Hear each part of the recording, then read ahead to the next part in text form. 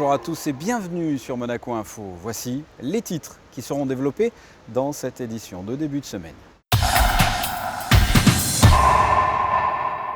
C'est une tradition pour les plus courageux. Nous reviendrons sur le bain de Noël au Larvoto. Le bateau-bus propose une traversée en présence du Père Noël. La commission d'insertion des diplômés vient d'organiser sa réunion annuelle au ministère d'État. Plus d'explications dans ce journal. Et enfin une page sport avec la victoire en basket face à Chalon-sur-Saône. Image traditionnelle de ces fêtes de fin d'année, la 11e édition du bain de Noël vient d'avoir lieu ce week-end au Larvoto, sous un soleil radieux. Alexandra Pani et Olivier Bonello sont allés à la rencontre de ces baigneurs courageux. Ce 20 décembre avait des allures printanières, une météo idéale pour l'une des dernières baignades de cette année 2015. Ils sont donc venus nombreux pour profiter de ces rayons de soleil qui réchauffaient la Méditerranée pour ce traditionnel bain de Noël, une 11e édition émouvante. On a fait ce bain de Noël en hommage à Gérard Bertrand, d'une part, à Marius Grassi, d'autre part, qui sont des amis très très chers. Gérard Bertrand est l'instigateur en fait du bain de Noël il y a 11 ans. Et on lui a rendu hommage d'abord avec le soleil, ensuite avec énormément de gens qui sont venus, pas simplement pour se baigner, mais pour lui rendre hommage. Ensuite, on a fait une minute de silence qui a duré plus longtemps. Et un magnifique haka pour leur donner à tous ceux qui sont là-haut beaucoup de force et d'énergie pour nous regarder ici. Et après, on s'est tous jetés à l'eau et c'était vraiment très très chouette. Nous nous sommes tous réunis aujourd'hui pour pouvoir subventionner leur projet, faire en sorte que cette colonie de vacances continue, perdure. C'est très difficile et on espère avoir récolté assez d'argent cette année pour eux. Près de 150 courageux ont donc mouillé leur maillot pour la bonne cause. L'intégralité des frais d'inscription a été reversée à l'association Jeunesse et Avenir cette année. Le thermomètre affichait 16 degrés dans l'eau, de quoi rassurer les plus hésitants. L'eau était très bonne. Il faut dire que la température extérieure est particulièrement exceptionnelle cette année.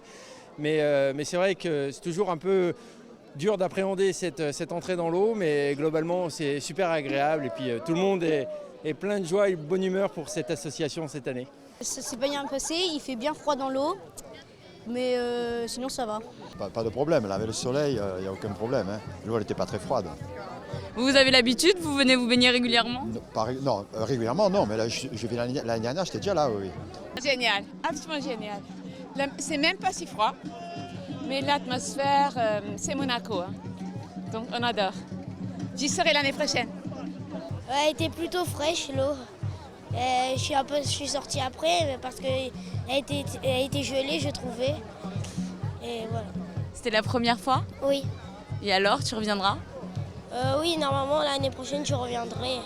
Le rendez-vous est donc pris pour l'année prochaine, mais avant cela, les participants ont pu finir la matinée autour d'une tombola et d'une collation pour réchauffer les plus frileux. Nous restons dans les traditions de Noël avec un invité de marque sur le bateau-bus du port Hercule.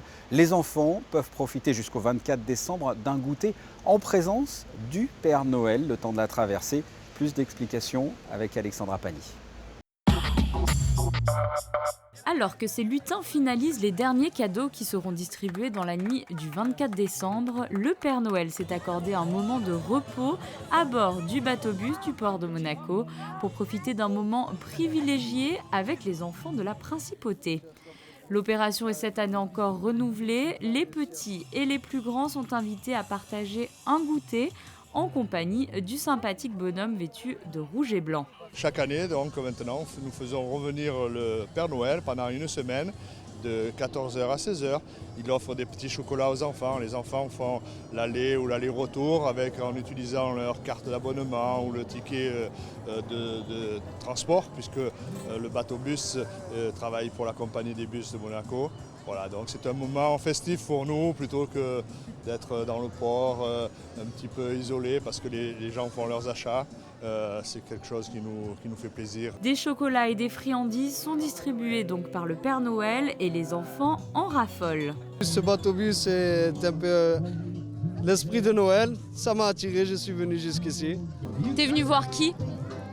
Père Noël. Et il a fait quoi aujourd'hui le Père Noël ? Il a fait des bonbons. Père Noël, Il t'a amené quoi, Papa Noël? Un chocolat. Bien ça. Et toi, t'aurais dû venir. L'opération se poursuit jusqu'au 24 décembre pour le plaisir de toutes les générations. On reste dans le cadre de ces fêtes de fin d'année. En bref, Merci beaucoup et bonne fête. la princesse Stéphanie s'est rendue au centre hospitalier Princesse Grace pour aller à la rencontre des personnes âgées du centre de gérontologie et du centre d'assistance hospitalière. Son Altesse a remis les colis de la Croix-Rouge, des cadeaux mais surtout un peu de chaleur en présence de membres de la Croix-Rouge et du Conseil de gouvernement pour les affaires sociales et la santé. Bonne fête de Noël. L'association monégasque des handicapés moteurs vient d'organiser sa soirée annuelle au Salon Bellevue du Café de Paris, un repas de Noël en présence du souverain et de nombreuses personnalités. Un Noël célébré également par l'association des Amis du Liban sur la place d'Armes au restaurant au Liban. Cette association vient en aide aux personnes défavorisées dans le monde. Allez, on referme cette grande page consacrée aux fêtes de Noël. Les membres de la commission d'insertion des diplômés viennent d'organiser leur réunion annuelle au ministère d'État. L'occasion de faire le bilan sur l'année écoulée. Reportage. La commission d'insertion des diplômés est composée de membres du gouvernement, du Conseil national, du Conseil économique et social, d'un représentant de la fédération patronale, de l'Association monégasque des activités financières et enfin d'un représentant de la jeune chambre économique. Cette commission est destinée à faciliter l'intégration des diplômés dans le tissu économique de la principauté, qu'ils soient monégasques ou ayant des attaches avec la principauté. Elle a pour mission d'accompagner ces jeunes, de favoriser la mise en place de ponts et de nouer des contacts avec les entreprises pour faciliter leur accès aux emplois qualifiés, ainsi que d'aider au retour en principauté des diplômés expatriés.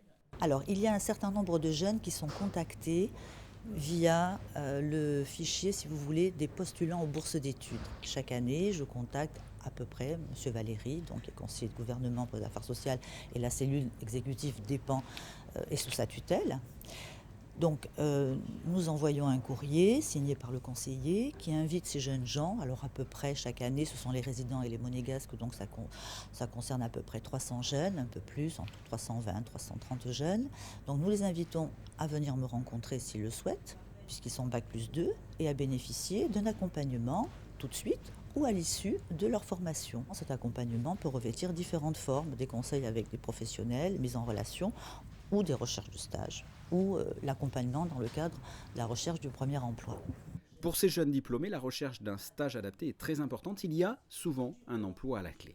Je leur conseille de bien travailler leur courrier de motivation, de bien s'informer auprès de l'équipe pédagogique, donc de l'école où ils suivent leur formation et de l'université, d'arriver auprès de moi avec déjà ces informations-là qui leur permettent ensuite de gagner du temps, de travailler sur le contenu du stage avec l'entreprise et ensuite de faire valider ce contenu auprès de leur équipe pédagogique. Voilà. Parce qu'en fait, si vous voulez, la nature du stage est très importante puisqu'on peut avoir différentes natures. Ça peut être un stage en continu sur l'année ou ça peut être un stage qui est organisé de manière morcelée.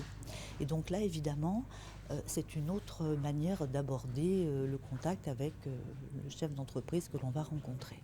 Cette commission a été créée en février 2010 par le gouvernement princier. Le bilan, après plus de 5 années de fonctionnement, 785 jeunes diplômés ont été reçus par la commission dans le cadre d'un entretien individualisé. 115 diplômés ont bénéficié d'un stage exigé par leur cursus de formation. Et enfin, 182 diplômés ont trouvé un emploi correspondant à leur qualification et 75 sont déjà en CDI. En basket, Monaco continue sa belle saison en Pro A. La Roca Team a dominé Chalon-sur-Saône, 95-71 sur le parquet samedi de la salle Gaston Médecin. Le résumé, signé Frédéric Aignan.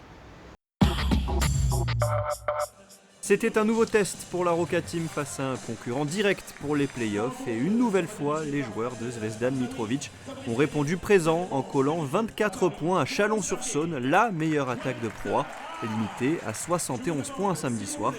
Billy Ouattara, Demarcus Nelson et Zvezdan Mitrovic, présents au All-Star Game le 30 décembre à Bercy, sont honorés avant le match. Devin Booker, le petit frère de Trevor Booker qui évolue en NBA à Utah, est à deux doigts de claquer un gros poster dunk dès la première action du match. L'intérieur chalonnais met ses 2 lancers, 23 points et 8 rebonds pour lui dans ce match. Robertson met dedans à 3 points, 7-0 pour l'élan après 1 minute de jeu. Ouattara longue distance sonne la révolte. Sur ce panier, Nelson permet à la Roca Team de passer devant, 10-9, 23-16 pour les Monégasques à la fin du premier quart-temps. Ouattara fait admirer sa détente en contre-attaque, un petit avant-goût du concours de dunk du All-Star Game. Chalon navigue à 10 points grâce à une belle adresse sur la ligne des lancers francs, 45-35 à la mi-temps. D'entrée de troisième quart-temps, Schuler prend les choses en main, un 3 points compliqué dans le corner, puis un flotteur devant Booker, 13 points pour l'ancien joueur de Nanterre dans ce troisième quart-temps. Hutter y va aussi de son gros dunk, Sell marque plusieurs tirs primés, plus 17 pour la Roca Team avant le dernier quart-temps. Hutter maltraite encore le cercle, Monaco inflige un 14-4 à Chalon, Zvezdan Mitrovic fait tourner, la Roca Team inscrit 95 points, son plus gros total de la saison, à 63% à 2 points et 48 à 3 points. Les Rouges et Blancs restent invaincus à Gaston Médecin et sont co-leaders de ce championnat de Pro A. On avait vraiment à cœur de faire un gros match et de gagner celui-là, parce que là on enchaîne vraiment un mois de décembre compliqué avec des grosses équipes, et c'est vraiment important de prendre celui-là à domicile. C'est notre agressivité défensive qui fait la différence. Une équipe comme ça, il ne faut pas les jouer en attaque parce qu'ils ont du talent et ils sont capables de scorer beaucoup. Donc c'est vraiment mettre une grosse défense et essayer de réduire au maximum leur pourcentage de shoot. C'est devenu un petit challenge entre vous de garder cette invincibilité à domicile le plus longtemps possible? Oui, bien sûr. Personne n'a envie qu'on vienne chez nous et qu'ils repartent avec la victoire. Et c'est vraiment important de montrer un beau visage devant notre public et de leur faire plaisir. 2 matchs pour la Roca Team cette semaine, un déplacement à Dijon mardi et le choc face à l'Asvel à 17h à la salle Gaston Médecin dimanche. Nous sommes en hiver, même si ça ne se voit pas. On passe tout de suite à la météo de ces prochains jours. Some people still have questions about coffee.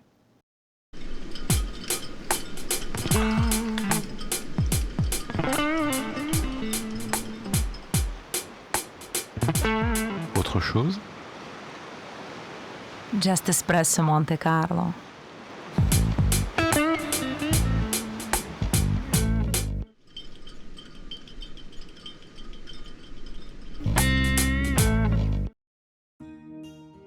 Mardi, il fera assez beau malgré la présence de quelques nuages. Les températures restent supérieures au normal de 11 à 16 degrés. Mercredi, des nuages cacheront partiellement le soleil sans détérioration importante, comptez de 12 à 15 degrés.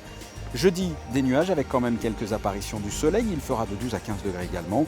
Et enfin vendredi, le ciel restera nuageux dans la matinée et de belles éclaircies l'après-midi, quant aux températures de 12 à 16 degrés. Some people still have questions about coffee.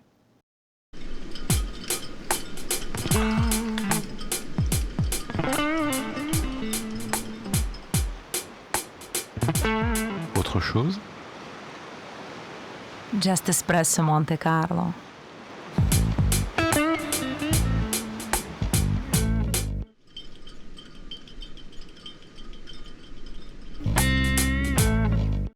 Ce journal est terminé, merci de l'avoir suivi. On se quitte en images et en musique avec un spectacle proposé par la mairie sur la patinoire du Port Hercule, un spectacle sur glace avec l'ensemble Troïka.